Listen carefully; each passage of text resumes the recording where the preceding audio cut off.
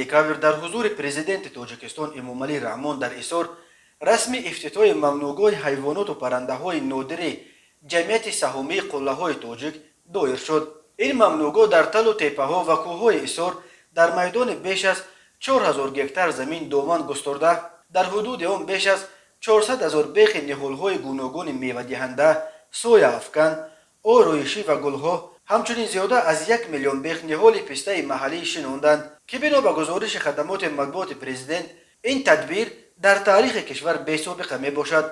در حدود ممنوعگاه اینچنین در میدان 13 گکتار پرورشگاه‌های نهال بنیاد گردیده، پرورش آهوی بخارایی و خالدار وسیع برآمد مانده شده است. اینچنین از خارج کشور اولین بار به تاجیکستان آهوهای نمود مرل، سرخ، نجیب، لن و بزهای نوع الپی و مفلون وارد کرده شدند. در عین زمان گفت و شنیدها برای آوردن بیزان امریکایی ادامه دارد. در ممنوعگاه مذکور قریب 22,000 سر حیوانات و پرنده های گوناگون موجودند که قسمی از آنها محلی و قسم دیگرشان از دولت‌های روسیه، پولشا، فرانسه، بلاروس و دیگر کشورهای اروپا وارد کرده شدند. از جمله بدانه محلی و خارجی، کپک فرانسوی، نمودهای گوناگون خرگوش، تزرف فرانسوی، شترمرغ، مرغ مرجان محلی و روسی و فرانسوی، آهو و غیرها.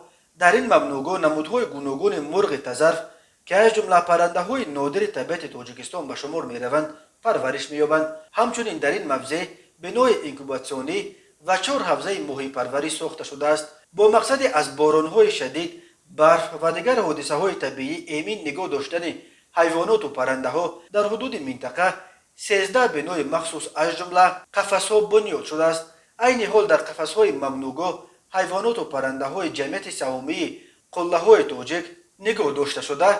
بعد مدت معین آنها به خاطر افزایش سرشمار در حدود زمین‌های پرورشگاه سر داده می‌شوند. مؤسسه دولتی خواجگی جنگل شهر ایسار سال 1993 تشکیل شده از 3 منطقه جنگل پروری، الموسی، شره و چنار عبارت بوده. زمین‌های فوند دولتی جنگل 1994 گکتار را تشکیل می‌دهند. مؤسسه دولتی خواجگی جنگل نویه شهر نو سال 1947 تأسیس یافته از 2 منطقه جنگل پروری، سیلبورسای و ریگر عبارت است و مساحتش 19 گکتار را تشکیل می‌دهد. در این خواجگی مرغ‌های هلال، کپک، مرغ آبی، تزرف و دیگر نمودهای حیوانات و پرنده‌ها موجودند. مؤسسه دولتی خواجگی جنگل قره‌طاق شهر ترسانزاده سال 1988 تشکیل شده. مساحت زمین‌هایش 456,000 گکتار را تشکیل می‌دهد که از 3 تا 5% جنگل پوش میباشد. سال 2021 از جانب کارگران خواجگی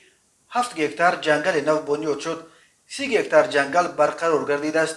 در خواجگی جنگل نهال‌های خوج، اکاسیا، قرغاج، صنوبر، آلوچه کویی و دیگر نمودهای نهال‌ها میرویند. سرشمار آهوهای خواجگی 321 سر را تشکیل می‌دهد.